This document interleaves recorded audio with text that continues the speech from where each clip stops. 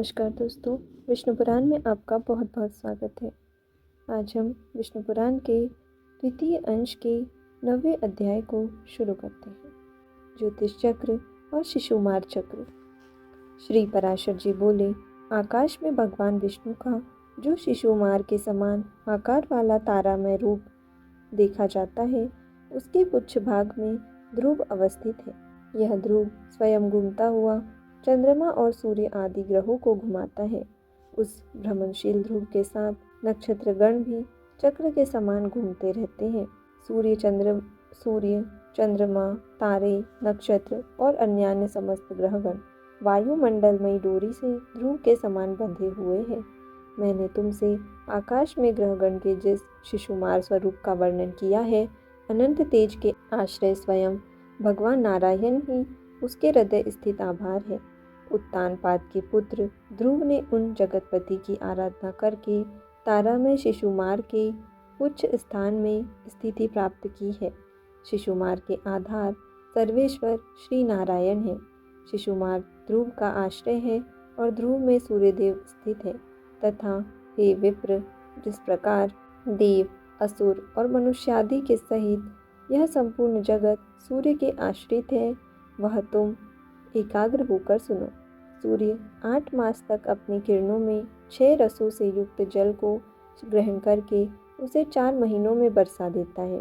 उससे अन्न की उत्पत्ति होती है और अन्न ही से संपूर्ण जगत पोषित होता है।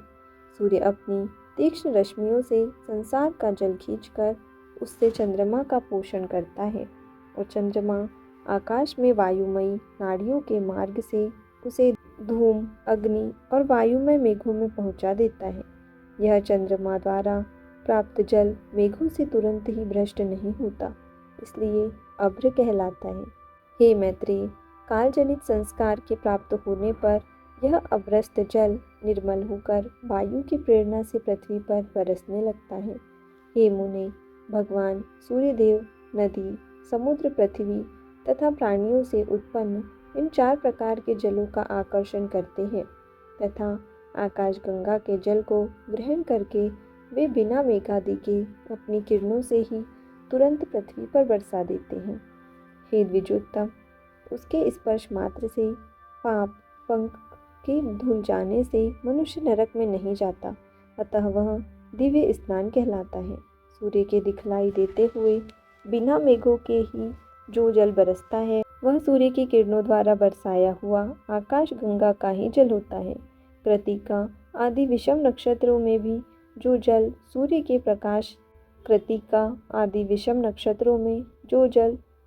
प्रकाशित रहते बरसता है, उसे दिग्गजों द्वारा बरसाया हुआ आकाश गंगा का जल समझना चाहिए। सम संख्या वाले नक्षत्रों में जिस जल को सूर्य बरसाता है, वह सूर्य रश्मियों द्वारा ग्रहण करके ही बरसाया जाता है। हे महामुने, आकाश गंगा ये दोनों प्रकार के जल में दिव्य स्नान अत्यंत पवित्र और मनुष्यों के पाप भय को दूर करने वाले हैं। हे द्विज, जो जल मेघों द्वारा बरसाया जाता है, वह प्राणियों के जीवन के लिए अमृत रूप होता है और औषधियों का पोषण करता है। हे विप्र, उस वृष्टि के जल से परम वृद्धि को प्राप्त होकर समस्त औषधियाँ और फल पकने पर सूख जाने वाले प्रजावर्ग के साधक होते हैं। उनके द्वारा शास्त्रवेद मनीषीगण नित्य प्रति यथाविधि यज्ञानुष्ठान करके देवताओं को संतुष्ट करते हैं। इस प्रकार संपूर्ण यज्ञ, वेद, ब्राह्मणादि वर्ण, समस्त देव समूह और प्राणीगण वृष्टि के ही आश्रित हैं। हे मुनि श्रेष्ठ, अन्न को उत्पन्न करने वाली वृष्टि ही इन सबको धारण करती है तथा उस वृष्टि की उत्पत्ति सूर्य से होती है।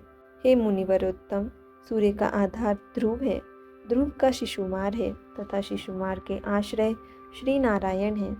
उस शिशुमार के हृदय में श्री नारायण स्थित है, जो समस्त प्राणियों के पालन करता तथा आदिभूत सनातन पुरुष है। तो यहाँ विष्णु पुराण के द्वितीय अंश के 9वें अध्याय का समापन होता है। आज के लिए इतना ही। धन्यवाद।